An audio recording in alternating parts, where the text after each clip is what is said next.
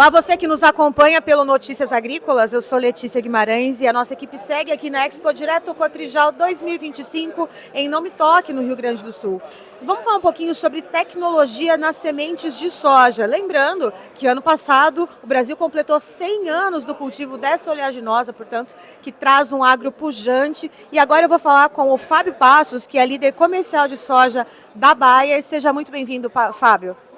Obrigado, é um prazer estar aqui da feira mais uma vez, trazendo e falando desse assunto tão importante como a biotecnologia.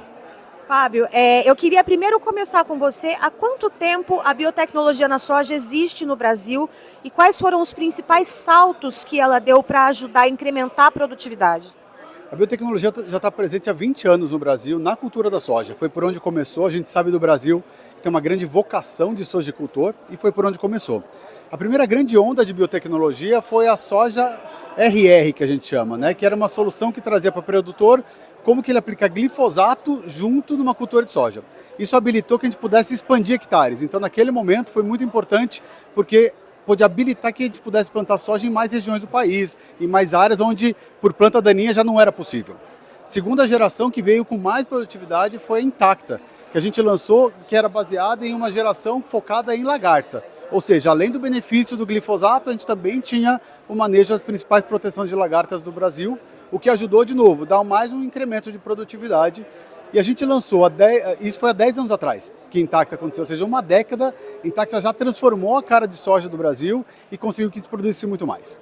E recentemente a gente lançou a Intacta 2 Extend, que foi a nossa tecnologia que tivesse mais modos de proteção de lagarta e mais um herbicida que é o dicamba. Então, de novo, como que a gente coloca naquele mesmo hectare mais solução, mais tecnologia para produzir mais para o produtor e ao mesmo tempo garantir que eu consiga ser competitivo, não só olhando para o Brasil, mas comparado com outros países do mundo. E a tecnologia, o IX2, né, que o produtor rural é acostumado a falar, ela foi super bem adotada, né, super bem assim, aceita pelo produtor no campo. Muito adotado. O produtor brasileiro, ele gosta de tecnologia, porque na verdade ele enxerga o valor que ela tem ao longo dos anos. Então a biotecnologia é a parte componente da produtividade que a gente tem entregue, como cadeia, como setor, e o I2X para o agricultor é uma realidade. Hoje já são mais de 100 variedades no Brasil como um todo, o que faz com que não só a biotecnologia seja muito boa, mas como a genética já esteja adaptada para cada região, para cada necessidade. E a gente tem visto cada vez mais nesse mapa do Brasil aqui mesmo, a gente já conseguiu cobrir ele com grandes variedades e a gente sabe que esse binômio entre boas variedades com uma boa tecnologia faz o produtor adotar e produzir cada vez mais. E sem tirar o bom manejo, né? E é essencial também escolher nesse bom manejo, em anos como com clima muito seco, a gente sabe que a gente tem vivido anos, né, muito mais quentes ou mais chuvosos, né, principalmente no sul, que a gente está gravando aqui na feira, a gente sabe da importância do manejo, né, tanto para preparar o solo, como falando aqui um pouco mais sobre a semente, a qualidade dessa semente. Então a gente tem trabalhado muito em relação à semente certificada. Significa para o agricultor como que eu vou tirar o máximo daquele potencial produtivo que a genética já tem com aquela biotecnologia. Então um conjunto é uma semente certificada de alta qualidade, com alta germinação, alto vigor, com uma boa biotecnologia dentro, com uma genética adaptada e posicionada, é a fórmula do sucesso, porque a partir daí estabelece o potencial produtivo daquela lavoura. Dali para frente ele tem que trabalhar com fungicida, inseticida para garantir que ele preserve aquele potencial, entende? Mas o potencial vai ser ditado pela qualidade da semente, com a boa biotecnologia e a genética lá dentro. E a semente certificada é como se você comprasse um produto eletrônico com garantia, né? É isso, porque o que a gente fala, em anos de qualidade de semente, ela garante que uma germinação de 80%, 85%, 90%, né, um vigor de 90%, significa que o arranque vai ser mais rápido daquela soja, ela vai nascer mais rápido, com melhor qualidade, com uma uniformidade de sementes. Então, por exemplo, eu não vou ter falhas naquele campo.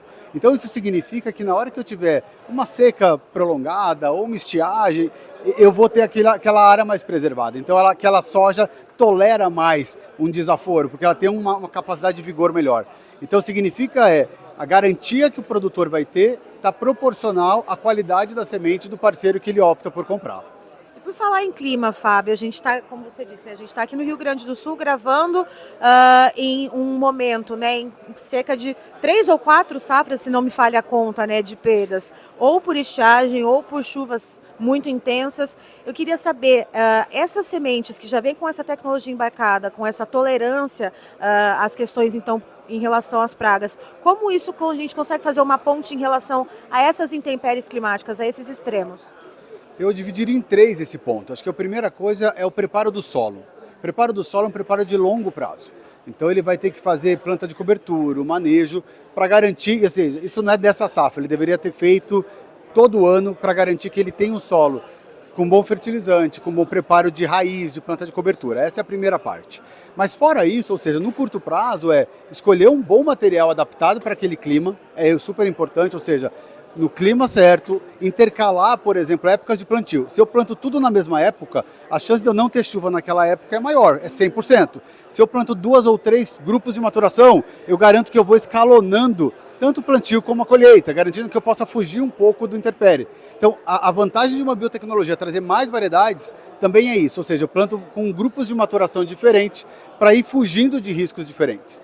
E por fim, a gente está falando de uma biotecnologia que protege mais. Se eu protejo a lagarta, quer dizer que aquela planta não foi atacada, ela não recebeu uma mordida de lagarta, né? E aí automaticamente eu estou menos suscetível se eu tiver uma seca. Então significa que o ataque severo de plantas daninhas e de lagartas, ele vai tirar a produtividade também. Então o que a gente tem visto é plantar ideal na qualidade de solo do agricultor e começar no limpo é importante. A escolha de variedades, intercalar isso em momentos diferentes para mitigar risco e, de novo, uma boa biotecnologia lá dentro para garantir que eu tenho um pacote completo e uma planta que sofra menos ataques, tanto de daninhas, tanto de lagarta, como prejudicada pelas plantas daninhas que pode ter naquela região. Agora, túnel do tempo, 100 anos de soja do Brasil, 20 anos de biotecnologia na soja e agora eu quero olhar para o futuro. O que a gente pode dizer em relação aos próximos passos quando se fala em biotecnologia em sementes de soja? Os desafios estão mudando, a gente acabou de falar de anos mais secos, chuvas, então a gente precisa se antever. Pragas diferentes, novos manejos, e é aí que a gente está falando. A gente está falando de trazer a 4ª geração de biotecnologia para 2028, onde o agricultor vai ter a possibilidade de mais herbicidas que ele vai poder fazer manejo lá dentro, mais modos de proteção à lagarta, garantindo de novo que a gente comece a trabalhar não só para o passado, mas sempre para o futuro. Então a gente enxerga mais um 4º salto que vai acontecer. Intacta 2 Extend está transformando a realidade dessa 3ª onda, mas a 4ª já está no forno, porque a gente sabe que a agricultura brasileira não para, o produtor não para, os desafios não param, mas a produtividade vai vir cada vez mais forte, com mais tecnologia e, de novo, transformando o Brasil e consolidando nossa posição como produtor global e principal produtor de soja no mundo.